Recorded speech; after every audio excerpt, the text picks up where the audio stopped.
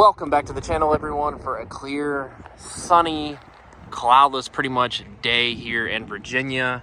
I am back in Virginia from Texas. The previous video that you saw on the channel and the last one that I pretty much filmed for a car that I own myself was while I was in Texas. And I drove this to Texas, there 1,300 miles, almost 1,400, 19 hours, and 19 hours back, and I drove it to Austin, around Dallas and Houston, almost in that general area, just exploring the state of Texas and everything while I was out there.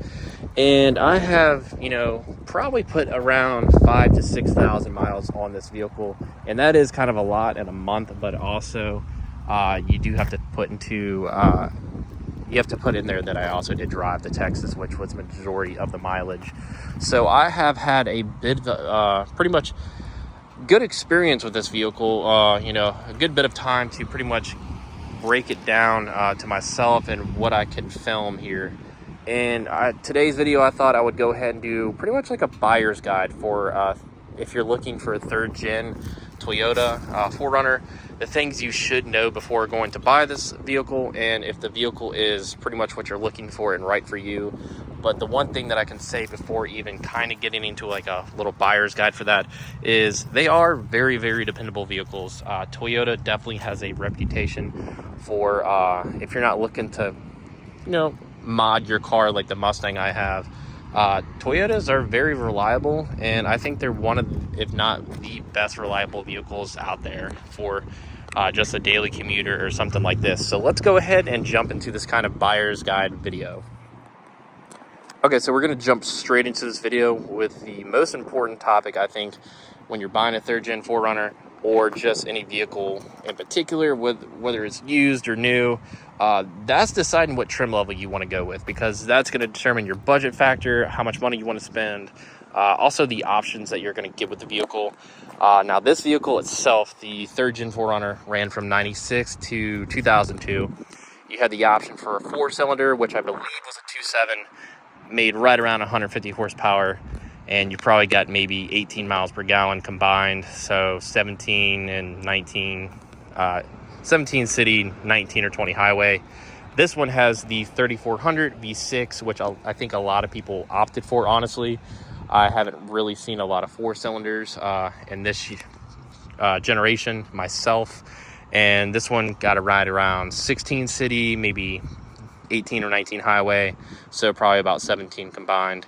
And this one made a ride around 180 something horsepower and a little over 215 foot-pounds of torque. So that is something that you should know going in with this vehicle.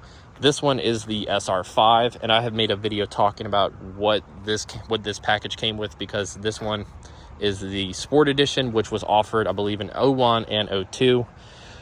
So here is the trim level for this. This is your middle option. You also have the Limited, which came with everything from limited seats to auto climate control, and just top of the line for this generation or that year with this vehicle. Now, the Sport Edition on the SR5, you do get a lot of those options that the Limited had, and I think a different set of wheels, and I think that's it. So, and then your basic option, I think that still had the window that went down, just your cloth bucket seats, and just your normal basic stuff at the cheapest level for the entry level market price value for this vehicle during that time.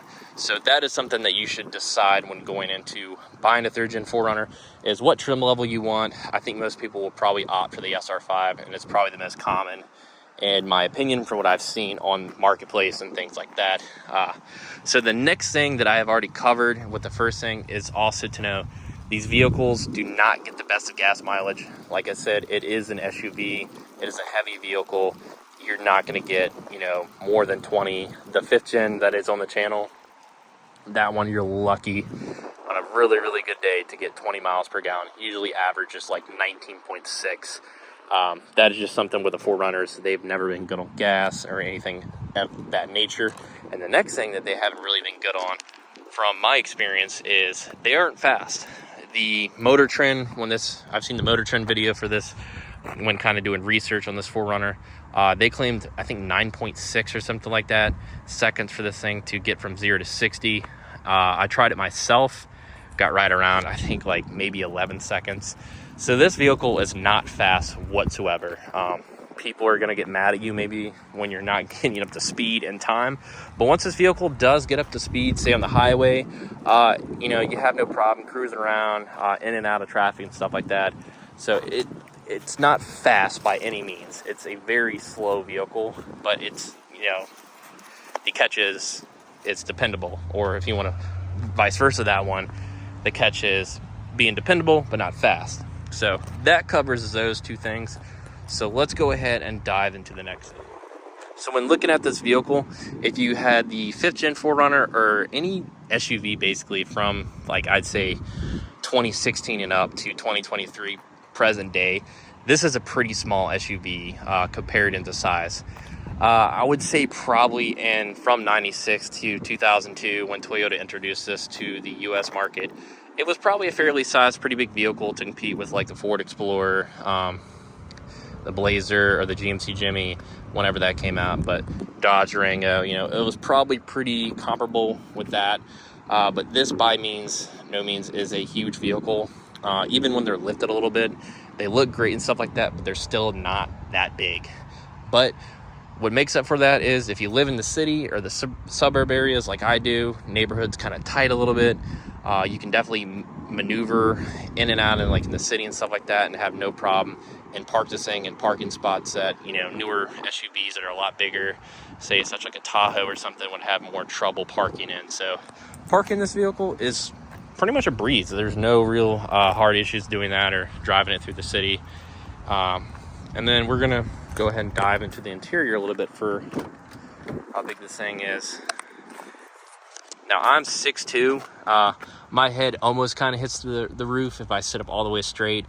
The seats, as you can see, are not, you know, they're not super big or wide. So, but they hold me in place. You know, I don't think really anybody complains about that. It's not the most comfortable ride. It is, you know, early 2000s interior, but there is room. If you have a small family, or if it's just you and your significant other or something like that, or just you yourself, you know, friends or whatever, this will definitely hold you. If you have a huge family and it's something, you know, 3 or 4 kids or something like that, this vehicle I don't think would be for you.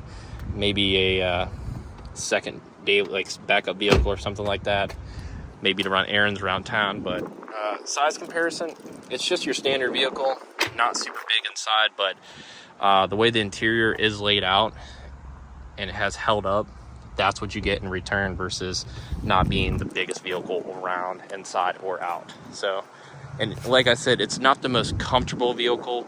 It is a sport utility vehicle, but I have no issues. Maybe older people would or something like that. And like I said, I did take it to Texas on a 19-hour drive. And just like any other vehicle, you're going to get out and, you know, stretch after a long while driving. But overall, it's, I would say, at least a 7 out of 10 on comfortability for a long period of driving and stuff like that. So, but the dependability and the way the interior holds up, that's what, you know, gets me. That's what gets me for this to, you know, hold on to it and kind of look the other way about the comfortability. So we're going to dive into the next thing.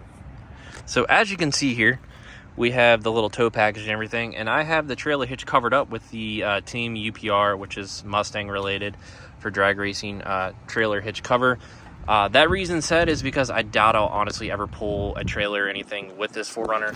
I think the 4-cylinder was rated at 3,500 pounds for towing. This one is rated at 5,000, but I've just read that the 4Runner kind of, maybe where I live would be fine, towing like a lawn care trailer or something like that. But if you live in like in the mountains or, you know, where it's really hilly and stuff like that, like Colorado or something, this vehicle is definitely not for you if you're looking to tow with it. It's just it does not do that well for towing. So that's one catch with this. I'm not going to get underneath the ground or on the ground and underneath the car for this one. But these vehicles, this is the generation for the Toyota where they love to get rust. Like rust everywhere on the frame and everything. I've already gone through on this one. Very, very, very rust-free, super clean. A lot of people will get these vehicles and before they even start the rust, or if they do, they fix it and they coat it. And that seems to help a little bit, but I've seen some before where they look clean like this on the outside, but you look underneath the frame and it's rotted. It's not even worth saving, and if you want to, it's just going to be a hell of a lot of money. So that is one thing to definitely look at when you're buying like a Tacoma or a 4Runner, is make sure, just look underneath, ask for pictures. Don't go all in until you have the thing checked out, because rust is just a big issue with these vehicles, but they are solid vehicles. So the last thing that I will go over basically with this vehicle is kind of the aesthetics for this car. It is a 4-wheel drive option. They have 2-wheel drive options. This one is a 4-wheel drive. It does have the skid plates and everything with it. Everything underneath, from I think like the transfer case and all that, has some type of shield. So Toyota made sure like the ground clearance and everything for this vehicle is actually very well done, very well. The headlights, I have read that these are some style of a projector headlight. I don't believe they are. I believe the Sport, or the SR5 Sport Edition, got some like trendy kind of headlight or something to improve lighting. But Toyota has in the past generations struggled with the technology kind of being late to the game, but everything else being, you know, pretty, you know, subpar and everything like that. But this vehicle overall looks great, even for, you know, 21, 22 years old or whatever. Holds up. You know, people love these. When I was in Texas, I had a couple people talk to me about this. I had 2 people try to not like buy it off me or whatever, but they, you know, offered, you know, like, how much would you sell it for?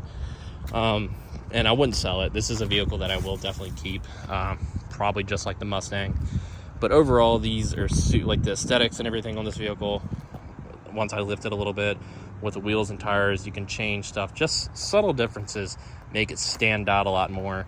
Especially people appreciate these. I've come to notice a lot with this. And one thing with like the Sport hood, people sell these hoods for like $800. It is a functional hood.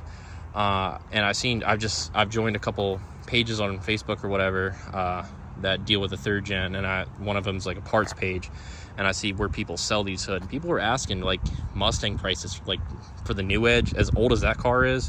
When you have like Cobra stuff, that hood is in that territory of like a 99 Cobra front bumper. But enough rambling on about that. This vehicle, like I said, dependable, overall great looking, 8 out of 10, you know, solid vehicle. If you want to daily drive it, if you're, you know, looking for something for like college, drive back and forth to work, have a secondary vehicle, whatever it is, you can't go wrong. And winter is definitely coming up, and I know people are looking for winter cars. Winter beaters are going to keep for a year or 2, sell them, get rid of them, and do it all again. I think you could definitely invest your money into this vehicle if you can find one, and just have, you know, an all-around good winter vehicle if that's what you want it for. The only catch with these vehicles is the market. The market really doesn't go down for the 3rd gens, as I've noticed. I got super lucky pretty much with this. But, you know, for a clean one, I'd say like this, and even cleaner than mine, I would expect to pay upwards of like $10,000 to $14,000. And that's just like for a good looking one. And you want factory as much as possible. I would stay away from ones that are lifted and have all this stuff done. It may be good until you drive it in a month and you're complaining or stuff like that, or, you know, something might have not been done right with a lift or something like that. So I would try to get one that is, you know, close to factory as possible, if not all factory, like this one that I got. There was nothing even done to this one, and even the radio is still factory. So that's all going to change eventually, but I will keep it clean, simple, and yeah. So hopefully this little buyer's guide helps you if you're looking for a 3rd gen 4Runner, or just some advice to take away from it. And if you're looking to buy a Tacoma or just any vehicle, overlook the vehicle, go in there with, you know, questioning before you make the purchase. Don't jump at it. So there you go. That's gonna do it for this video, guys. I appreciate y'all stopping by. Hit the like button, definitely helps the channel out. Subscribe for future content on this, the Mustang, and other things coming, and I will catch you guys later. Have a good one.